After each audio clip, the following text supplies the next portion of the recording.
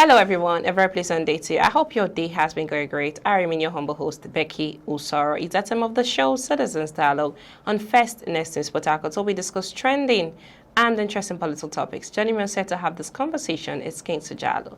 Sit back, relax, and enjoy all we have for you on this beautiful segment. It's a pleasure having you on set, King. Thank you so much, Becky. How are you doing? Fine, thank you. You look moody today. Are you okay?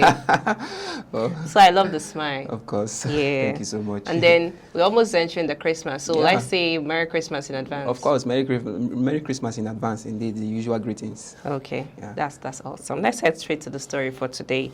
President Bola Tinubu has been hitting back to back concerning this VIP, security stuff, and then he has reaffirmed that his administration will not reverse the directive ordering the withdrawal police officers assigned as personal security VIPs, okay? He argues that too many officers are tied to protecting individual instead of serving the general public, weakening overall national security. He insists that policing should focus on community safety and crime prevention, not on guarding politicians, wealthy individuals, or influential figures who maintains that the reform is essential to rebuilding an effective professional police force and ensuring officers are deployed where they are most needed.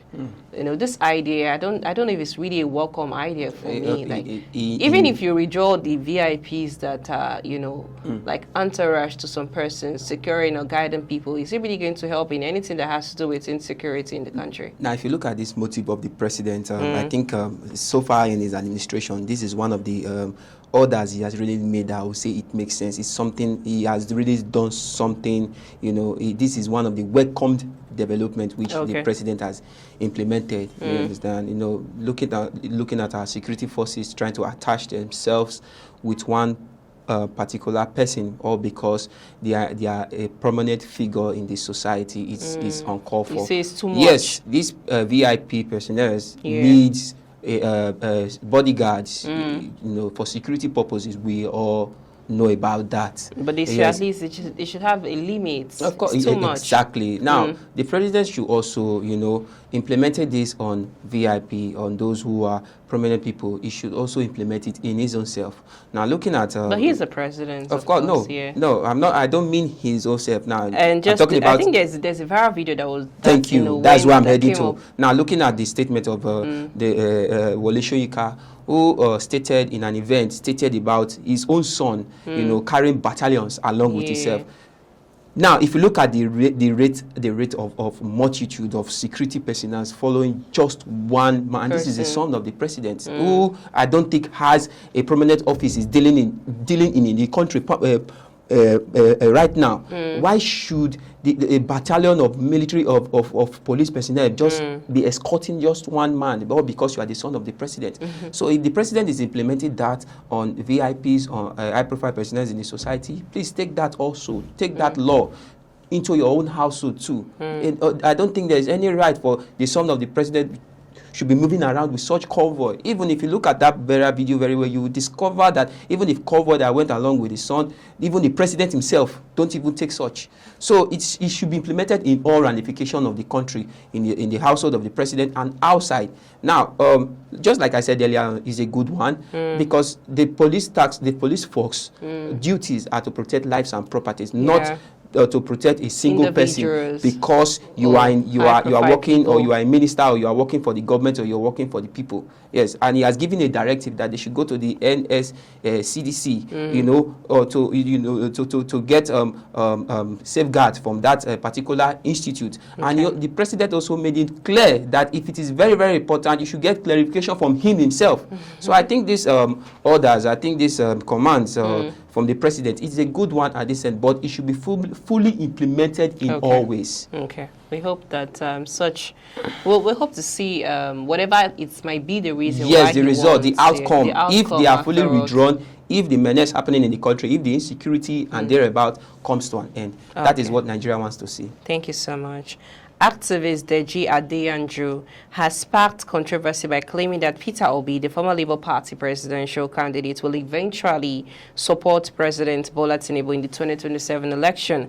And he argues that political interests and shifting alliances could push Obi towards Tinubu despite their past electoral rivalry.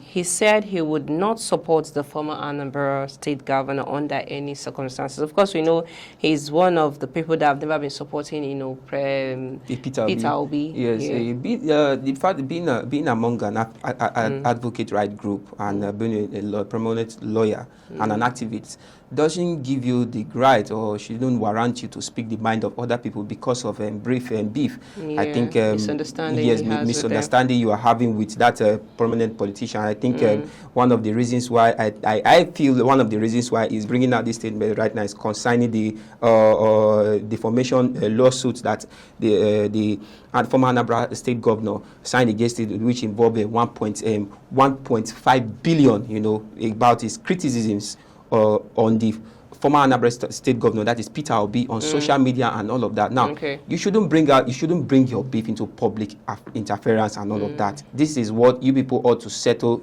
within the court jurisdiction and within yourselves, not trying to, bring out other, allegations and forming it against yourself while using the president's campaign or election to start and firing back on him. Now, go straight to the point. Let the public really know what you people are tangling about. You understand? Not by saying the Labour Party, former Labour Party candidate will vote for, because he has not come out to make any statement like that, though, that I'm going to stand for the president in coming 2027 election.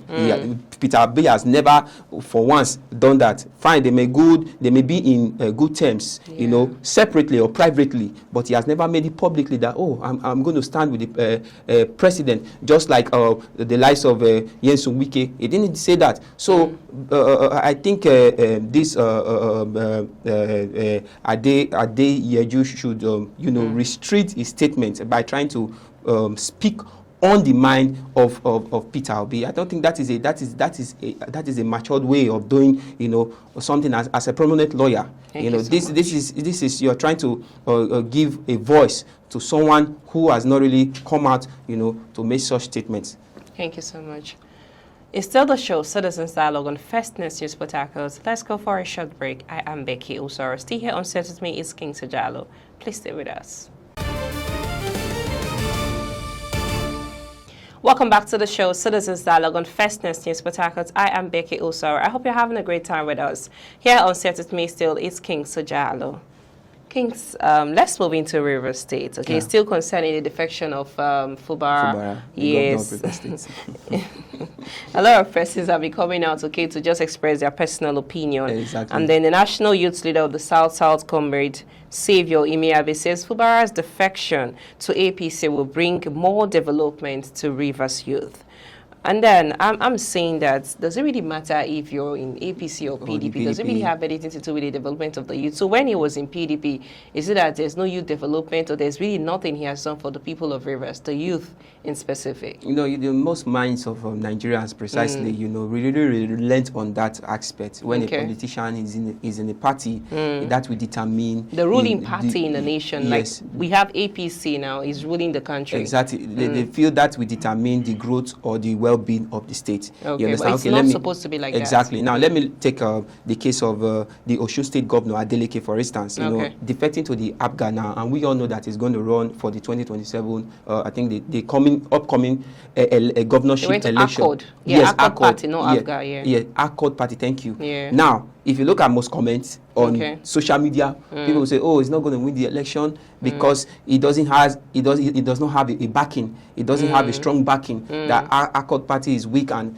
dear about. But let me remind them something, that when Adeleke won the governorship seat when he was in the PDP, even when former President Buhari was in Parma. So how come are they not trying to proclaim it that the governor Fubara is going to do well based on because he's now in APC. Thank you. Okay. Now we should not be much sentimental about political party. Now we are looking at the mindset of that individual, of that governor. The rules exactly. of the governor, what he has in mind to do for the people, despite being in the APC, PDP, or any political party. It's not just basically his mind, his rule, what he's meant to do for the people for as the a government. It doesn't really matter if you're in APC or PDP or any. That is the mindset. You know, the youth leader currently, we don't know why he's speaking out of that route. I don't want to know, but he should know that. You know, I think there was a certain time when he was one of those criticizing the governor that if he defects to PDP, that there will be APC rather, that there will be routes and thereabout. Now, why this statement? Now, let's leave that to the governor of Rivers State. Now, going to the APC, nobody. I personally, I'm not against him being in the APC. I think no one right now. It doesn't really matter the party you're in, as long as you're let's be honest. Let's be honest. A lot of people will definitely be disappointed. Definitely, a lot of people will be disappointed. Most especially citizens who don't really have the ideal thing behind this defection. Yes, they will say, "Oh, how can the governor of Rivers State defect to APC? Oh, the system of that political party is this, that." Now, that is not the issue. The governor being in the APC should also take a strategic move, you know, in doing the needful for the state. That is the most important thing, being in the APC or thereabout. That is the most important thing. Make sure that your government reflect positively in your ruling mantle. Thank you so much. It's a pleasure having you on set. Thank you so much, Becky. That's all on the show for today. Citizens Dialogue on First News Port Harcourt. I am Becky Usoro. Many thanks for watching. Bye for now.